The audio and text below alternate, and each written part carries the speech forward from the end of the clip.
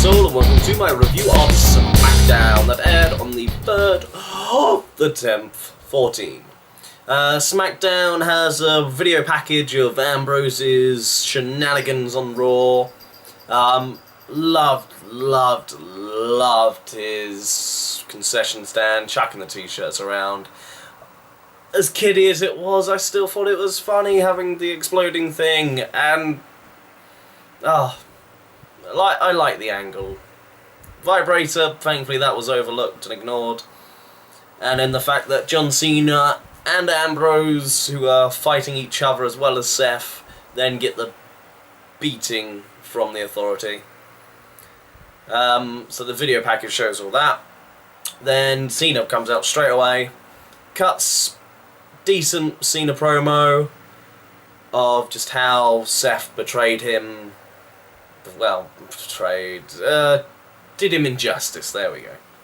And why he deserves to get his hands on him. Ambrose music hits, and it's quite an interesting exchange between the two of them, but Cena does point out the fact that if the two of them are fighting each other while they're trying to fight the entire Authority, it's just going to keep happening, them two getting getting beat down, there we go, words, let's find these. Ooh. Then just as Ambrose seems like he's about to give in, shake Cena's hand, the Authority appear on the screen and they're like, Ambrose once said you were stupid, and then Cena once said you're crazy, like using the 5-year-old technique of just, yeah, he said this, and then he said that. A bit stupid. If there was like maybe a bit more hard evidence, like get a promo of the back. Oh, yeah. Anyway, not much effort put into that to try and all have tension between the two of them. So Randy and Kane sort of cut their promo, and then I won't lie, I completely forgot what they made. Andy was glad that they were bromance again and doing really well together, and Kane put them in a match later tonight, which I can't even remember. That's how much I was concentrating on it, because it's just the general story of SmackDown is, we've got our main story, let's put it in a tag team match. And Seth is just still fuming about the whole goo in the face. Now, SmackDown and Raw for the Night of Champions, Raw, SmackDown, Raw, have all had DQ main event finishes. Can we get through a show with an actual finish on a main event? I'm probably, with how angry Seth is, going to go with no. Okay, our opening match is a tag team between Sheamus, Ziggler, and Miz and Mizdow. Looks like Ziggler's been dropped. I enjoyed the comedy there, but yeah, it had run its course. The joke had been done. But Miz and Sandow working well together. Yeah, I don't know where this is going. So I've really enjoyed the Miz and Ziggler storyline. And now Sheamus is, well, Cesaro was introduced into it Monday. Now we've got Sheamus involved in it. So I think we're going to go for a switch. So I think Cesaro and Ziggler will go off and have a little feud, which I hope will happen. And then Miz and Sheamus will go. And again, both strong, both good in-ring. Like, Sheamus is a good, solid in-ring guy. So's the Miz has definitely got better. At least he was shining with Ziggler. So let's see how he does against someone that's less able to carry. But still, his gimmick is just super strong at the moment, and will really should be a fun little thing they can play with. Old Sheamus did a little TV thing a little while ago, so they've got grounds to play with, and just, you don't need storyline with Ziggler and Cesaro. That'll just be just ridiculously good match, because they're just amazing workers. So quite happy where these two are going. Yeah, just didn't touch the button at all there.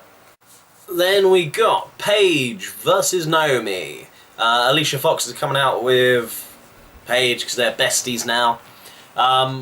Really wish this could have got a bit more time, because Naomi is a good female wrestler and Paige is really good. They did have a good pay-per-view match earlier this year.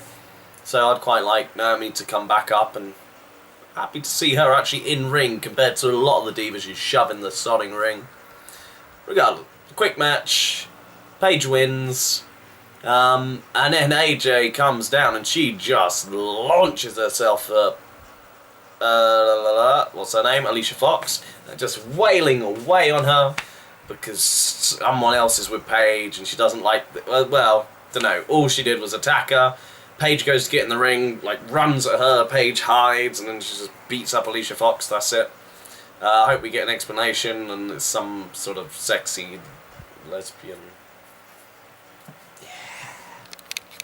Apparently there was something about WWE having to apologise to Russia for pulling down their flag on Raw. I believe it's just storyline. I don't think there's actually an international incident. So Big Show comes out, apologises to Russia, and says, well, I didn't mean to insult Rusev and Lana. They come out, they're not happy. They demand an apology directly to them. Then Rusev jabs Big Show with the flag. This does not look painful. It's like you're just like poking him with a stick, just proddy. He's not like a zombie. That's not the way to check. Just poke him with a stick. Big Show gets angry. Rusev runs away. We're building to this. The Americans love it because he's American fighting a non-American person. But yeah, I just want to get to the match. I just want to see how legit Rusev looks against the Big Show. That's all I want from this. We get the Usos versus slatergator, and they have their little mini gator with them. It's very, very short, and then of course the bunny hops out, and this just ignore the Usos, the former tag team champions. They're not dangerous enough opponents to keep an eye on. No, the bunny's coming out, and then they're like, okay, gator, get him. They send the gator. The bunny leaps over the gator. Dodges, then the bunny sits next to the turnbuckle on the outside. The gator / Hornswoggle charges the bunny. He leaps over and Hornswoggle knocks himself out, running into the post. At this point, Heath and Titus start arguing, turn around into double super kicks. The bunny throws the gator in the ring, and it's a triple splash off the top rope. Usos win. It's stupid, but I like it. And then Adam Rose comes out. They have a big old dance around. I just want to know what they're gonna do. Is this gonna be like someone under the mask? Is it gonna be Stone Cold Steve Austin? Is the Bunny Rabbit? Who knows? We will see. Cesaro versus RTruth. This is a filler match. Apparently they had something on main event. This disappoints me. If it's going to turn into like a triple threat for the Intercontinental, they're both champions, yeah. If it's going to turn into a triple threat kind of feud though between Sheamus and Miz and Ziggler, that'll be a bit disappointing. And Cesaro with just RTruth. Hopefully this is just a stopgap until they get Miz going for the US title and then Ziggler can go for Cesaro. Hopefully. And our main event, which is the same as the Raw main event. No contest finish. Standard tag match, nothing amazing to say. Seth appears, John Cena runs after him, Ambrose is in the match so he can't really leave. 2-on-1. And they still feel the need to cheat and both just get in the ring. Orton shoves him into a big boot and they just beat him down. Chokeslam. When I say him, I mean Ambrose. Chokeslam, RKO. Cena eventually comes out and then the Authority laugh on the stage. Yeah, pointless. I'm generally a positive person about wrestling. But yeah, This is what I really hate, is when they just recycle. Why would you ever have the same main event in the same week? That is ridiculous. Unless you've got a different spin on the match. And yeah, not having a finish at all is just annoying. I hate non-finishes. They have their purpose, but when you've done like sodding 6 of them in a row now, pay-per-view, Raw, SmackDown, Raw, SmackDown. Okay, 5. Monday Night Raw will be, see if there's 6 of them in a row. which, I don't know, at the current state probably will be. I don't know what they're doing with this main event feud. Because you've got the people involved, you've got the Free Authority. Sorry, it's late here in the United Kingdom. And then you've got Ambrose and Cena. This looks like this would have actually made perfect if they knew that Lesnar wasn't going to be around for Elimination Hell in the Cell. Would have been a 6-man tag, would have been perfect. But because Reigns is out, so maybe. But then it's going to be inside Hell of a Cell. A 3-on-2 handicap match, which doesn't really work because the cell is just going to be used and it'll just be a beatdown of the two. Unless they can find a third person to stand in, which I can't see a single person that could do that. Who isn't, like, involved in a program right now. So, what do you do? The obvious thing that everyone wants to see is Ambrose, Seth, Hell in the Cell.